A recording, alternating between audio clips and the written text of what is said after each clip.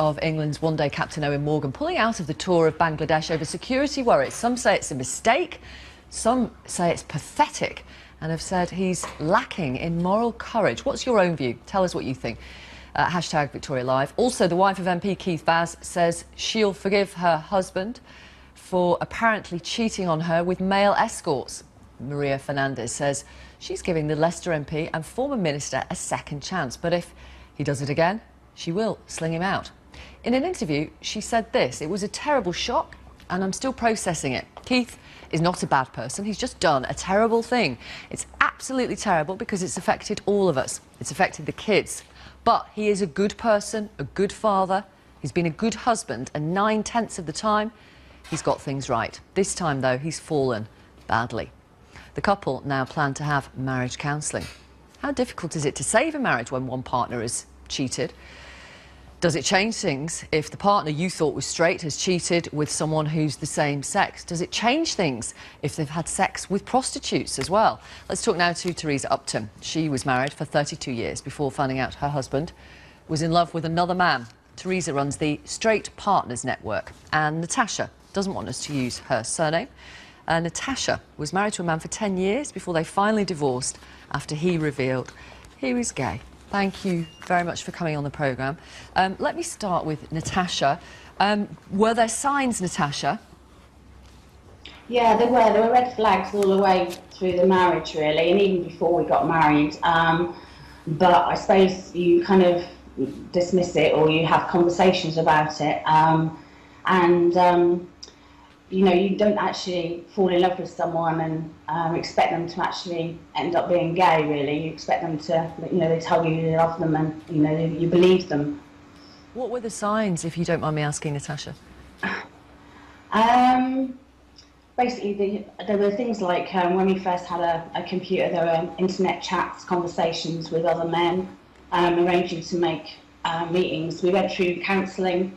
Not long afterwards, probably a bit like Keith and his wife are doing, but they convinced me that you know, he sort of said, oh, he was arranging to meet men because there was issues in the marriage and he didn't want to have an affair, so that's why he did what he did, and I was convinced that he wasn't gay and that he was trying to work through the marriage with me. Regrettably, I believed that and carried on for another sort of 8 years in the marriage. So right. Let me bring in Teresa. I mean, in terms of Straight Partners Anonymous, how common is it to hear from a married woman or married man who suspect their partner might be gay? I'm afraid it's all too common. The sad thing is that people are very devastated, obviously, by this discovery. So, as I was in my own turn.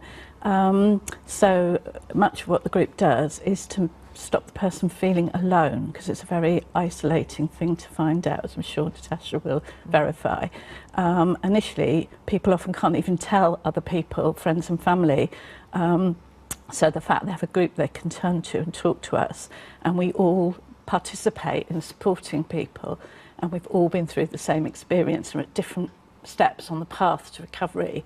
So it's actually a tremendously positive group. What happened in your own experience, Teresa? Well, in my case, I had a long marriage. I know my husband since the age of about 16, and a long marriage for 32 years at the time that I found out, which he disclosed to me. And we had 4 children. Obviously at that point I felt I had a long and happy marriage, and I was very proud of that. So it was really devastating discovery. Did you have any sympathy for him? Sympathy from whom?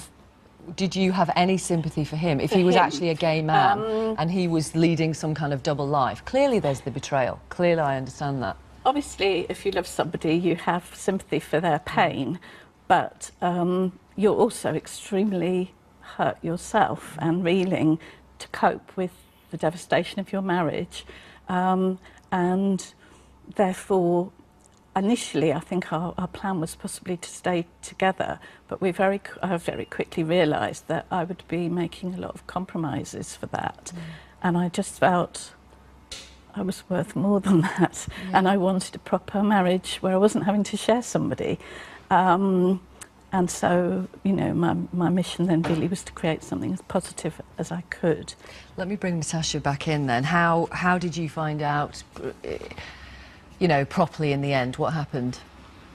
After we were going through divorce, obviously I never had any proof throughout the divorce. Well, I obviously had my own thing, but because a lot of occasions quite often it's called like gas lamping, so you just kind of are distracted constantly all the time through the marriage that, you know, I'm not.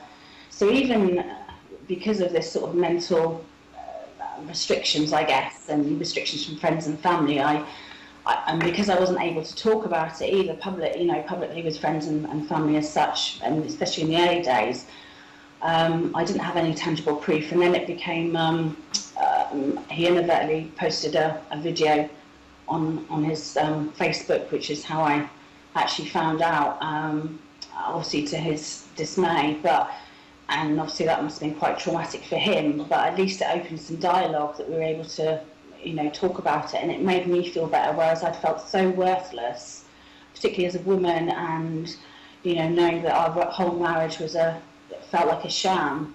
Can I ask, what was the nature of the video that he uploaded to Facebook by accident?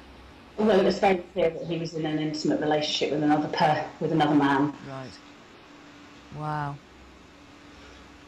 Why hadn't he been able to tell you himself? Even after that, you know, I kind of I opened up. I think because he wasn't able to come out himself, and you know, his friends and his family didn't know the reason for our divorce, our split up. So and I never kind of went over there and kind of said, oh, this is why we're getting divorced. So I think I felt a bit of a bad sheep, and so they didn't really know why, and we still haven't had discussions with his family since. And I kind of understand, you know, I think it took him a lot of getting to terms to.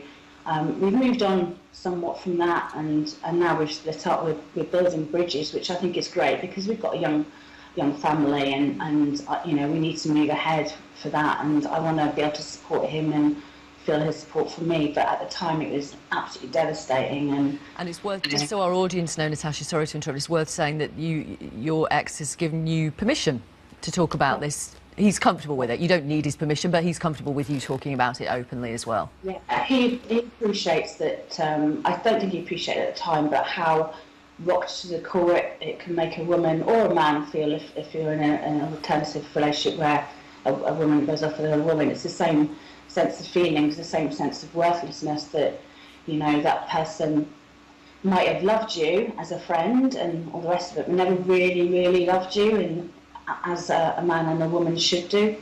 So he understands now. We've had discussions about the way it's made me feel and the way it's affected, you know, my life since, and probably my life for a long time yet, in terms of trust, and you know, kind of feeling that you know, I could be in a, you know, straight, honest, trustworthy relationship again. Teresa, what do you think of Maria Fernandes' decision to stand by Keith Vaz, her husband?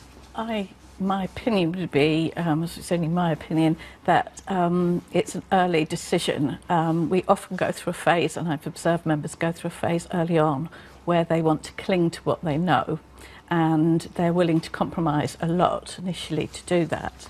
And obviously, Maria Fernandes has the extra pressure of the media spotlight, which must be extremely unpleasant for her at this time. She didn't have to do an interview. I mean, she was very revealing about all sorts of quite personal details.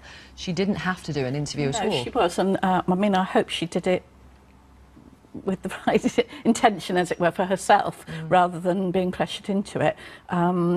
We, as a group, we felt extremely empathetic towards her, and we want to reach out to her, in fact, but we realise she's probably not in a very trusting state at the moment. But my suspicion is that after a time, perhaps her feelings may change.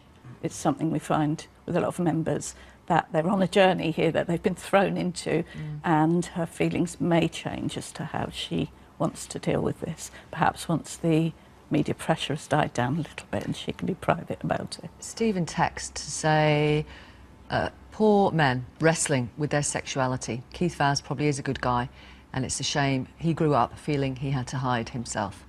This tweet from Mia, I'm absolutely not excusing Keith Vaz, but bisexual people do exist. Not every man who sleeps with another man is gay. And this tweet from Lee: someone who is trying to be someone who they're not, that must be really tough, and for them to hide themselves will be very hard. Thank you very much. Thank you, Teresa. Thanks for coming on the programme. Natasha, really appreciate you being so candid. Thanks for coming on the programme. Thank you. Take care. Thank you. If the partner you thought was straight has cheated with someone who's the same sex, does it change things if they've had sex with prostitutes as well? Let's talk now to Teresa Upton. She was married for 32 years before finding out her husband was in love with another man. Teresa runs the Straight Partners Network, and Natasha doesn't want us to use her surname. Cheating on her with male escorts. Maria Fernandes says she's giving the Leicester MP and former minister a second chance, but if he does it again, she will sling him out.